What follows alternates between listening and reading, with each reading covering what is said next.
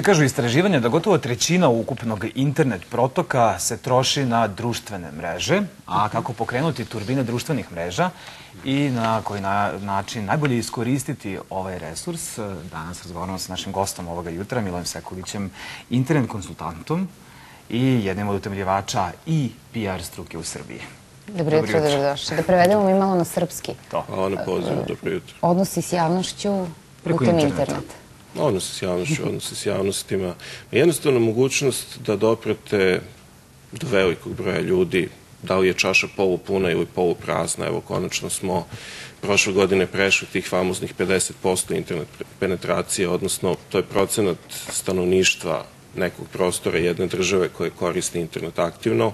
U Srbiji je to konačno prošlo nekih 50%, tako da je najveća neverna tome, više nemaju argumente da kažu, eto, kao ko kod nas koristi internet.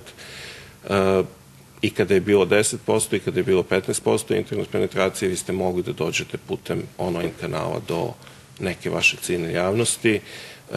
Danas je taj broj zaista nezanemarljiv, veoma značajan, a drugo, alati su takvi da jednostavno možete vrlo precizno da targetirate one kojima želite da se obratite, čak i na njihov rođendan, po njihovim interesovanjima. Da se vratimo mi na ovo poslovanje preko društvenih mreža i bilo kakvu vrstu reklamiranja.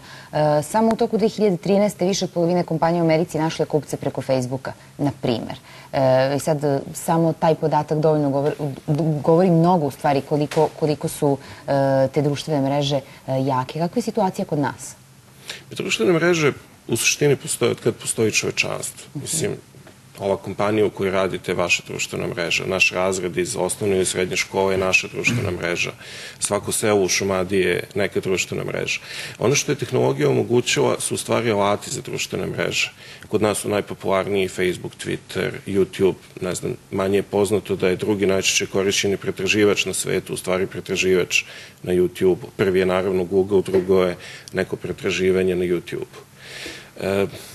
Kako da vam kažem, društvene mreže, pogotovo Facebook koji kod nas apsolutno dominira, ako se vratimo na teren Srbije, možete da posmatrate kao jednu ogromnu činiju u kojoj se nalaze neka 2,5 do 3, ima nekih važnih profila, ima korporativnih profila, u suštini imate oko 3 miliona ljudi koji su vam na raspolaganju, do kojih možete da dođete, koji možete da komunicirate. Ono što ne treba da radite na društvenim mrežama, ne treba primarno da se reklamirate. Društvene mreže nisu oni sistemi bilborda, društvene mreže nisu oglasni kanali. U kom smislu ne treba da se reklamiramo? Ne treba da se reklamiramo kao pojedinac, kao firma ili ne treba da reklamiramo uopšte svoj proizvod? Ono što treba da se radi na društvenim mrežama je da se gradi zajednica, jer sam termin društvena mreža, znači vi gradite zajednicu osoba koji su zainteresovane za nešto, to može da bude vaša ideja. Da, ali mislim da se to nikada neće ostvariti više, s obzirom da oni koji su osetili kako je moguće prodati bilo koji proizvod, bilo koju vrstu reklame staviti na tu društvenu mrežu, koja je naravno besplatna, još veća pogodnost, da prestane time da se bavi... Ne, ja nisam protiv toga, apsolutno. Naravno, pa Facebook je živio od svog sistema reklamiranja, njihov sistem reklamiranja i posebno danas efikasan sistem promocije vaših postova. To su ono promoted post koji idu u news feed, koji su mnogo, pokazuju iskustvo, mnogo efikasniji nego same reklame.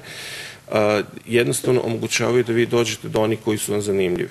Ali suština priče je da, baš sam o tome juče govorio u ovom centru za razvoj karijere pri Link Akademiji, što je bio i razlog za ovaj vaš jutrošnji poziv, društvene mreže omogućavaju da vi praktično gradite svoj kanal komunikacije.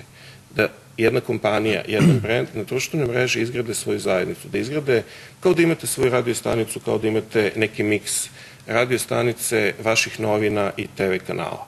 Kada izgradite zajednicu, kada date ljudima zanimljive, interesantne, zabavne, edukativne sadržaje, naravno da je to prostor kroz koji ćete promovisati i vaše proizvode i vaše usluge i tako dalje. Govorite o jednom sasvim drugačijem vidu marketinga na internetu, pretpostavljamo o tome se priča sada. Da, to se stručno zove u krugovima marketara content marketing, znači vi se praktično promovišete, reklamirate vaš proizvod, uslugu kroz sadržaje koje dajete ljudima.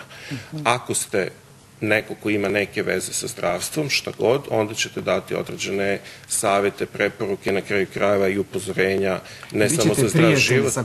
Bićete prijatelj, bićete korisni, bićete njihov učitelj, bićete neko ko ih informiše, bićete neko ko ih upozorava, ko im donosi nove stvari, koji širi dobru energiju, daje kvalitetne linkove, znači daje nešto što će ljude privući. Postoje push i pull tehnike marketiranja, možete ljudima da gurate nešto pred oči, da idete prema njima tako, a možete da ih privlačite tim nekim kvalitetnim sadržajima.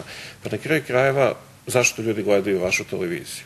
Zbog toga što dobiju kvalitetne informacije, zbog toga što se zabave, zato što gledaju serije koje vole i to je razlog zašto su oni tu.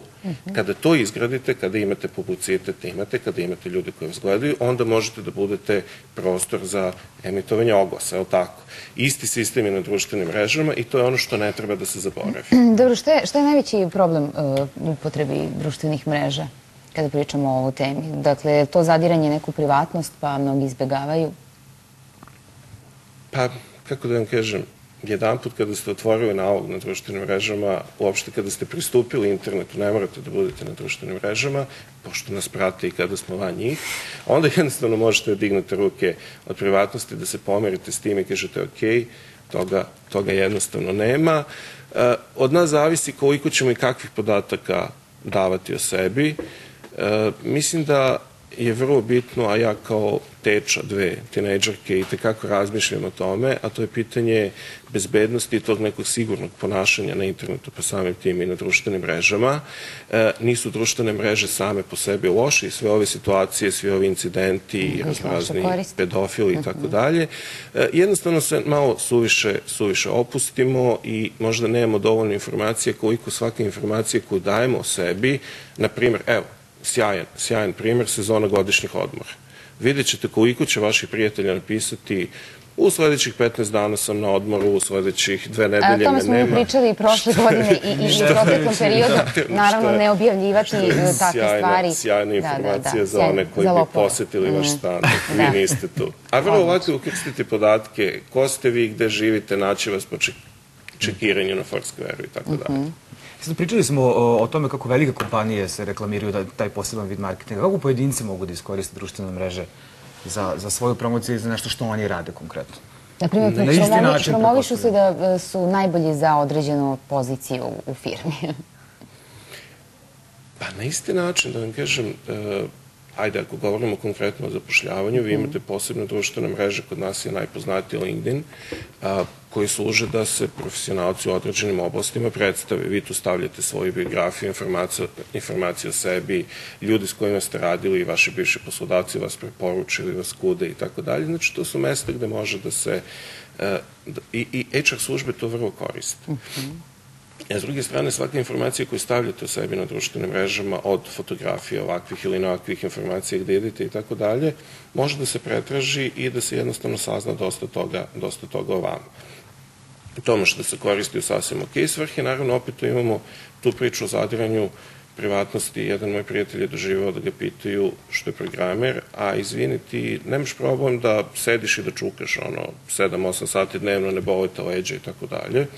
I tečko je gledao kakvo to pitanje, otkud vam ta informacija. Nekoliko godina ranije on je na jednom forumu onih zagriženih skijaša napisao da se povredio na skijanju i da nekad ima problem sa leđima. Znači, jako dobar način predstavljanja sebe kao profesionalca u određenim oblastima, što ne mora da bude internet, ne mora da bude marketing. Imali smo primere stomatologa, imali smo primere plastičnih hirurga, recimo, vrlo su bili zanimljivi, pisanje blogova. Imamo i primjer kada već smo ovde, naravno, korišćenje u medijima, kako se koriste pojedine informacije i koliko su pouzdane uopšte i u samim medijima. Da, baš sam o tome pričao pre nekoliko meseci, negde je vreme izbora sa vašom koleginicom Majom Nikolić. Ja sam nju intervjuisao za svoj blog i pitanje je bilo, ok, kako ona kao medijski profesionalac proverava informacije, znate, vi zaista ne smete da pred milijonske auditorijume, ne znam koliko nas ljudi sada gleda, istrčete sa nekom informacijom koja je sa Twittera, Facebooka, što bi rekao Zoran Stanović, vaš kolega, kaže, super, ako negde na Twitteru pročitam da je €80, otići ću i tražiti da ga kupim. po te pare. Postoje sertifikovani profili, znači pogotovo velike medijske kuće u svetu imaju, pa nedavno je prošla informacija kroz društvene mreže, ne znam da li je bilo u medijima, da je profil našeg predsjednika sertifikovan, znači da je dobijena potvrda od strane, jeste da je to zvanični profil. S druge strane, kako da vam kažem, to je samo neka prva informacija, a valjda je osnovni postulat novinarskog zanata, i ja dolazim iz novinarske struke, iz medijske priče, da se informacija proveri. Prva fotografija čoveka koji je pre par dana stajao sa puškom ispred opštine u Pančevu je došla preko Twittera, preko TweetPika, ali naravno da je ona proverena pa se kasnije pojavilo u medijima. Kao dobar izvor informacija može da se koristi. Dobar izvor informacije, građansko novinarstvo. I samo za kraj da nam kažete kako će u budućnosti izgledati upotreba društvenih mreža? Znači, vidimo da nas uvijek iznenade sa nečim novim, evo i Facebook, s ovim novim nekim moodovima ili kako se već kažu, ovi, što možete staviti u status, imamo taj novo hash dugme ili kako se zove, tako? Da, stvari se menjaju na dnevnom nivou i verujte nama koji se profesionalno bavimo tim koliko sve te stvari negdje i odgovaraju, stalno možemo nešto da ponudimo novo klijentima, toliko nam se negdje diže kosa na glavi, pogotovo našim programerima koji stalno moraju da prilagođavaju aplikacije, da nešto menjaju. Pa jedan od dobrih tragova je upravo ova knjiga mog dragog prijatelja Stanka Stojiljkovića, Mozak na čipu. Definitivno idemo ka tome, ka nekoj vrsti interferencije ljudskog tela, ljudskih neurotalasa i mašina. S druge strane, vi sad već imate situaciju takozvanog second screena. Po nekim istraživanjima koje su izašle pre par meseci, rađene su u Evropi, zakačena i Srbija, otprilike 30% korisnika interneta koji gledaju nešto na televiziji, na drugom ekranu, znači to je neki pametni telefon ili laptop, najčešće pametni telefon, prati i neke druge informacije. Znači, ja sam trenutno ovde, pre nego što sam krenuo, tweetnuo sam da ću biti vaš gost i verovatno sad na Twitteru već ima par komentara, vidit ćemo kad završimo, isključio sam se, inače bi ovde mogla da pratim što se dešava. I to je jedan način vrsta samopromocije, složit ćete se. Apsolutno. Hvala što ste bili naš gost ovog jutra. Hvala vama na pozivu, bilo mi je zadovoljstvo. Mile Sekulić bio naš gost. Slušamo i gledamo vremensku prognozu.